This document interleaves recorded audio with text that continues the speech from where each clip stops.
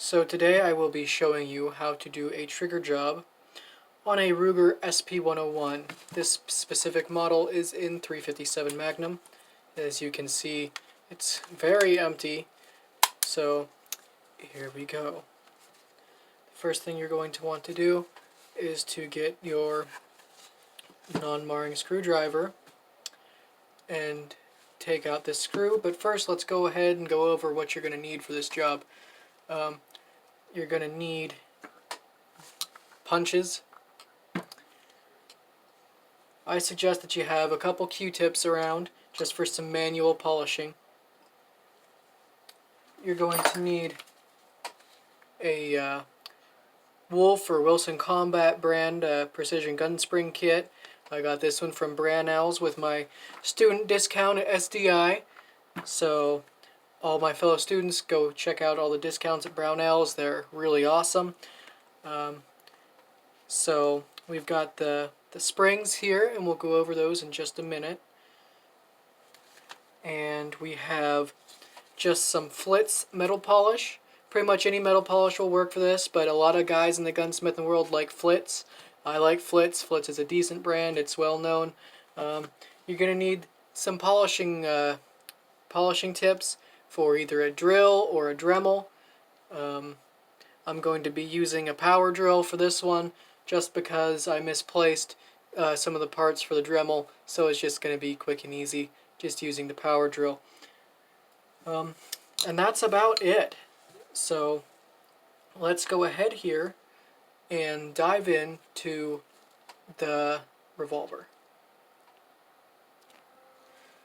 So we're going to go ahead and start by removing this screw right here on the grip panel.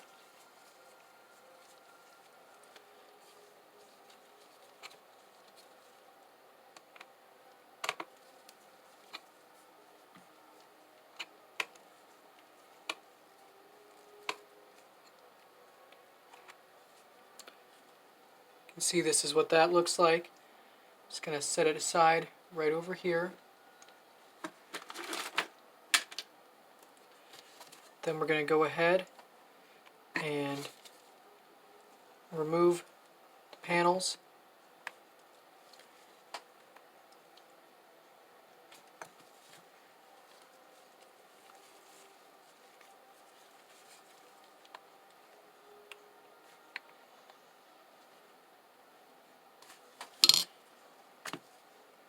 Just like that. So in here there should have been a pin that is a disassembly pin, but it looks like the former owner of this one had it out for some reason, so we don't have that, but there is something that we can use. Looks like I've got one right here actually, and you can just use a safety pin instead of that if you don't happen to have one laying around. So it's unfortunate that it's not there, but it's not a make or break deal. Okay, so you also have the grip latch pin, which just goes right in here. It prevents the grip from coming off while the revolver is while it's on the revolver. It goes right there.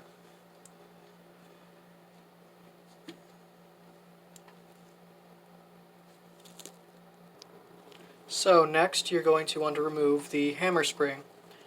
You're going to want to take your safety pin or your disassembly tool, and what you're going to want to do is half cock the revolver. This one is a double action only model, so it does not have that the hammer to decock it. So go ahead just like that and just remove that assembly. You really want to take note of which side is facing the revolver, because it only goes in one way. So this sloped side right here, the sloped side goes towards the cylinder, right? Just like that. I'm going to go ahead and place this to the side for now. So next you're going to take your punch. This is to remove the hammer, right? Again, this is called a hammerless model, double action only, but it still does have a bobbed hammer. Just take your punch and push that pin right out, just like that. And then you can remove your hammer assembly. Put the part over here. You've then got to pull the hammer back, and it comes right out. Pull the trigger back and the hammer comes right out. So that is how you disassemble those parts of this firearm. So inside the hammer you have your hammer dog and your hammer dog pivot pin. I'm not going to be removing those for this video. Some people will take that out and polish it, but I'm not going to in this specific video. This already feels pretty nice, so I'm not going to go through the effort to go ahead and do that. But I am going to be polishing the hammer itself, just not the hammer dog.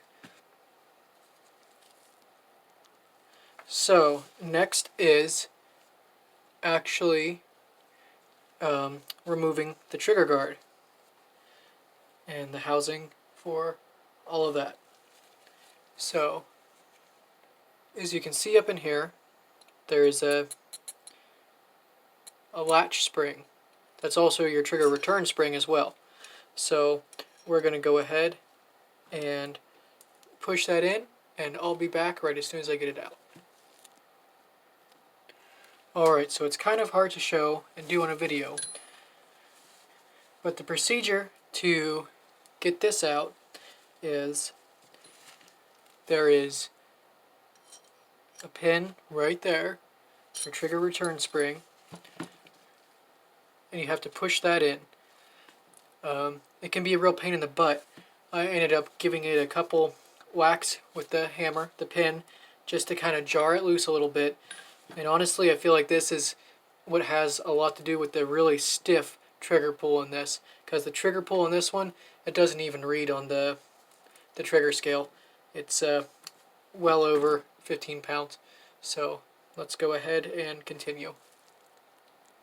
So let's just go ahead and identify some of the parts of this trigger mechanism.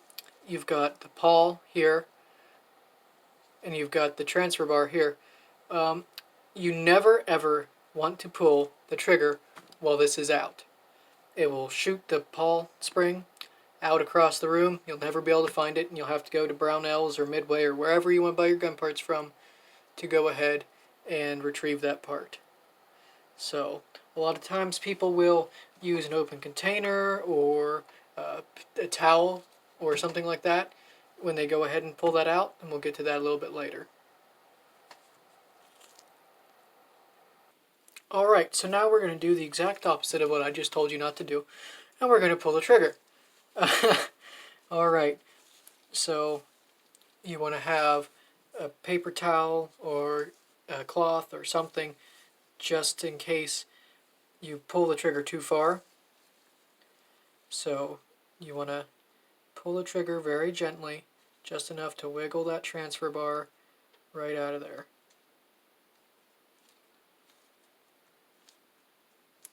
There we go, just like that. Okay.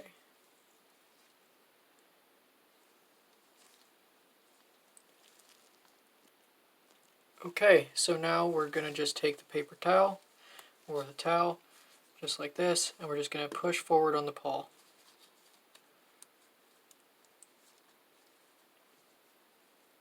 And like that, you can see the spring right there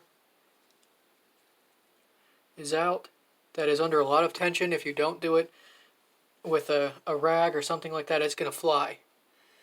It's going to fly and you will never find it. So let's go ahead and put this over here. Next we want to go ahead and remove the pawl. Just like that. You can see this has some gunk on it. This gun, the serial number says it was purchased first in 2011. When I first got it, it was covered in crud. The guy did basic cleaning, but it was pretty rough. So let's go ahead and work on the next part. So here we have the cylinder latch. This is actually what rotates the cylinder. I'm going to polish that up, but I'm not going to remove it. The next part is basically going to be removing the trigger return spring. So we'll be with that. So this part's going to be fun. You have to depress this pin, and then you have to work out the punch. I'm going to go ahead and do that off camera, but that is the procedure. I'll be back shortly. Alright, so we've removed that pin right here, this very short little pin. You put it over here with the other parts. It's very important to keep your parts together. You don't want to lose parts. So here's the end of that. Here is the spring, one of which you will be replacing. And there is an end cap down in there, which you may need to... There we go. And this end cap is actually caught by a piece of the trigger down inside there, and that actuates the trigger return spring. Next, we're going to be removing the trigger with this trigger pin right here. And that pin's just coming right out, just like that. This one is longer than the other one, so keep that in mind. As I recall, the pin that is right here is the same pin that is in the trigger dog, though. So if you go that route, those pins are interchangeable if you lose track of which is which. So as I was saying, this piece right here, this end cap, fits right on this lever. And this is the trigger. It's been removed from the trigger guard. I'm going to polish up the trigger guard, make it look nice. I'm going to polish up the trigger. I'm going to polish up this little piece inside of it, and going to go ahead and start with that.